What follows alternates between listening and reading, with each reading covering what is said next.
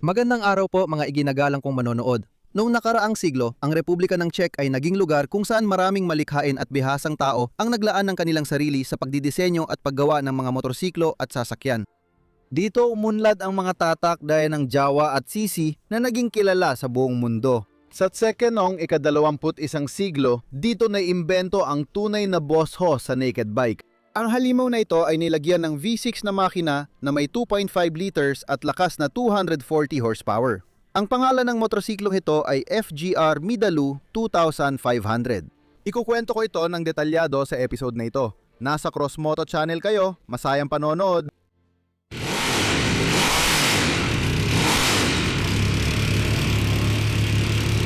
Ang motorcycle ay ginawa ni Dima Tordo.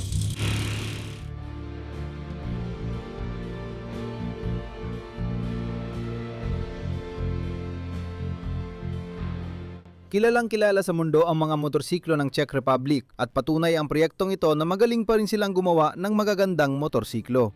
Ang pundasyon ng kumpanyang FGR mula sa bayan ng Ústí nad Orlicí ay inilatag ni Miroslav Felger noong 1973. Siya at ang kanyang kaibigang si Pavel Petracek ay gumawa ng isang racing na motorsiklo na may isang silindrong makina sa klase ng 125 cc sa ilalim ng Brada Perty noong kalagitnaan ng dekada 70. Ginamit ni Felger ang makinang ito sa mga karera. Sa pagtatapos ng dekada 70, nilikha ang isang racing na makina na may 250 cc. Matapos ang pahinga noong 1972, itinatag ni Miroslav ang sarili niyang kumpanyang inhenyero na nangangarap gumawa ng bagong motorsiklo na kayang makamit ang podium sa pandaigdigang kampyonato. Pagkaraan ng 9 na taon, nilapitan niya si Oldrich Kreutz, isang taga-disenyo, at sinabi niyang nais niyang gumawa ng racing motorsiklo na kayang tumapat sa mga higanteng Honda at Aprilia. Pagsapit ng 2,400 na ang makinang FGR 125 na inilagay nila sa chassis ng Honda. Isang taon nang lumipas, gumawa sila ng sarili nilang chassis na FGR at sumali ang kanilang kuponan sa kampyonato ng Alpe Adria Cup. Sa mga sumunod na taon, sumali ang FGR sa maraming karera sa Europa. Noong 2009 at 2010, nagtagumpay ang koponan sa kwalipikasyon ng Moto3. Pinakamahusay na taon ng tatak ay 2011. Nakuha ng FGR ang 3 titulo kasama si Karel Hanika. Bago pa man ang unang eskis ng racing na kagamitan, may mas malawak ng ideya si Miroslav na kakaunti lang ang naniwala sa paligid niya. Nangarap siya na bumuo ng motorsiklo na may malakas na makina na kakaiba sa mga kagamitan ng ibang mga brand at may mga pinaka-progresibong pyesa at bahagi.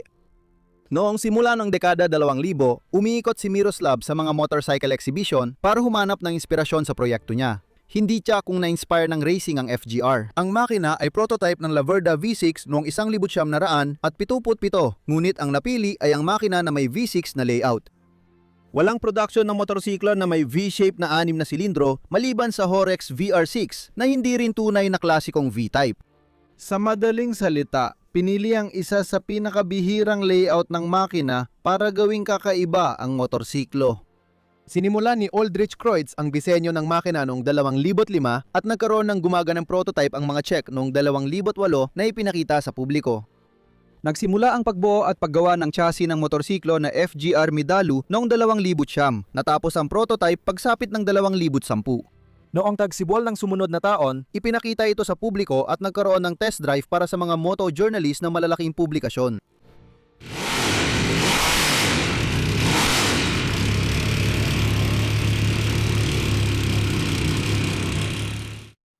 Nagpatuloy ang proyekto, sinubukan ng FGR ang mga makina at takbo nito at nagdagdag ng maraming technical at visual na pagbabago sa disenyo. Sinuportahan ng Ministry ng Industriya at Kalakalan ng Republika ng Czech ang proyekto.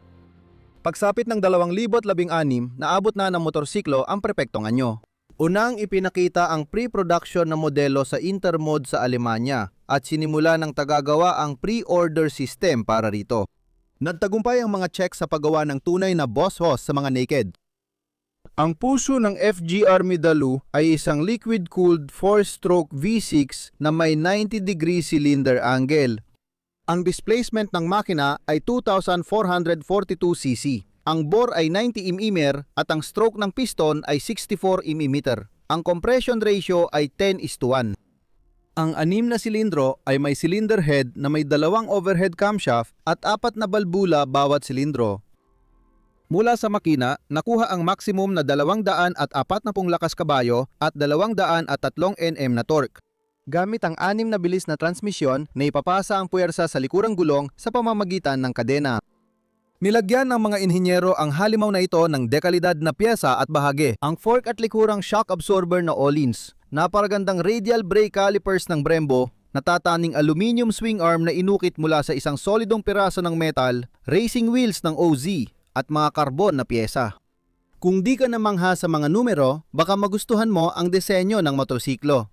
Hindi ginamit ng FGR ang karaniwang fairings ng sports bike at pinili ang naked style para ipakita ang malaking V6 engine at maraming machined aluminum. Dahil sa maikling likuran at patayong 6 na tambutso, napaka-agresibo ng itsura ng Midalu. Sinikap ng FGR na gawing mas magaan ang motorsiklo. Halimbawa, carbon ang ginamit sa 18.5 liters na tangke at ilang panlabas na takip. Sa tuyong kondisyon, ang Midalu ay tumitimbang ng 262 kg na mayahambing sa mas magagaan na bigat ng malalaking tourer at cruiser. Ang tinatayang konsumo ng gasolina ay mula 6 hanggang 8 litro kada 100 kilometro. Ang pinakamataas na bilis ng Hypernaked ay nasa humigit kumulang 250 km/h. At ang huling gustong malaman ng marami ay ang presyo nito. Kaya noong 2017, ang Midalu ay ibinenta sa halagang $132,000. Sa unang taon ng produksyon, plano ng FGR na gumawa ng 6 na piraso syempre sa pamamagitan ng pre-order. Kasama rito ang personalisasyon ng bawat isa. Maaring mag-request ng sariling gusto ang customer mula accessories hanggang pagbabago sa frame, basta pasok sa itinakdang saklaw. Sa website ng motohouse.cz, may artikulo noong Setyembre 22 tungkol sa test drive ng mga Czech na mamamahayag sa maagang prototype ng FGR Midalu V6 para sa publikasong bike. Puro papuri ang artikulo at hindi ito nakapagtataka. Pinupuri ng Czech na mamamahayag ang likha ng kanyang mga kababayan. Bukod sa lakas, magandang handling, karismatikong tunog at kakaibang disenyo, itinuturing pang kalamangan ang kawalan ng traction control at ABS sa motorsiklo. Sabi nila, kaya nitong kontrolin ang lakas ng V6 gamit lang ang kakayahan ng nagmamaneho kahit walang elektronikong tulong. Mas mainam ihambing sa Czech forums tungkol sa development at debut ng FGR Midalu. Maraming kalahok sa mga forum na ito ang napapansin na ang FGR ay nagdisenyo ng mamahaling laruan para sa mga exhibition at garahe ng mga mayayaman gamit pa ang pondo na galing sa grant ng gobyerno. Ibig sabihin, pera ng taxpayers ang ginamit. Marami ang hindi natuwa sa sobrang makabayan na ganitong pag-iisip. May mga tanong din ukol sa teknolohiya. Tiyak na karismatikong power naked ang Midalu V6. Gayunpaman, sa aking palagay, mali ang paghahambing ito sa boss hoss sa mga sports na ginawa ng isang mamamahayag. Mas magaan ang mga modernong sports bike kaysa sa gawa ng kumpanyang Czech at nakakakuha ng parehong lakas mula sa 1 litrong makina. Oo, mababa nga ang torque nila, pero di yun hadlang para mas mabilis at humarurot sila kaysa motorsiklo ng FGR. Hindi ko itinatanggi ang potensyal ng V6. Gayunpaman, kahit may ganitong kakayahan, mas bagay itong ihambing sa mga power cruiser gaya ng Triumph Rocket 3 o Yamaha VMAX 1.7. Magkaibang klase man, pareho ang layunin, magbigay ng matinding kapangyarihan sa nagmamaneho. Mas pipiliin ng karamihan na gumastos ng $40,000 sa bagong Rocket 3 na may parehong makina o 15,000-20,000 sa VMAX sa second-hand market. May tanong tungkol sa makina, naabot ang perpektong balanse ng V6 kapag 60 degrees ang angle ng mga silindro. Maintindihan mo ang mga inhinyero ng FGR. Gusto nilang pababain ang sentro ng grabidad, dagdagan ng espasyo para sa intake system at iwasan ang sobrang taas ng makina. Mukhang kaya sila na kompromiso at pinili ang 70 degrees na angle. May tanong din sa comfort ng rider sa Midalu. Malapad ang makina at 3 likurang silindro, kaya kailangan bukaka ang mga binti ng rider. Siguradong mainit din sa kanila. Medyo pagiging pihikan lang ito. Sina Miroslav Felger at ang kanyang team ay gumawa ng napakahusay na mototeknolohiya, isang malakas at bihirang motorsiklo sa industriya. Dahil sa kakaunting produksyon at sobrang taas ng presyo, ang likang ito na sample lang ang ginawa ay natutulog lang sa mga garahe ng Arabong Chic o ni Jay Leno.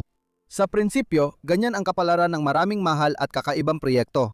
Ang FGR Midalu V6 ay mahusay para sa imahe at nakatulong sa pag-unlad ng teknolohiya ng kumpanya na nagdala na mas malaking kasikatan dito.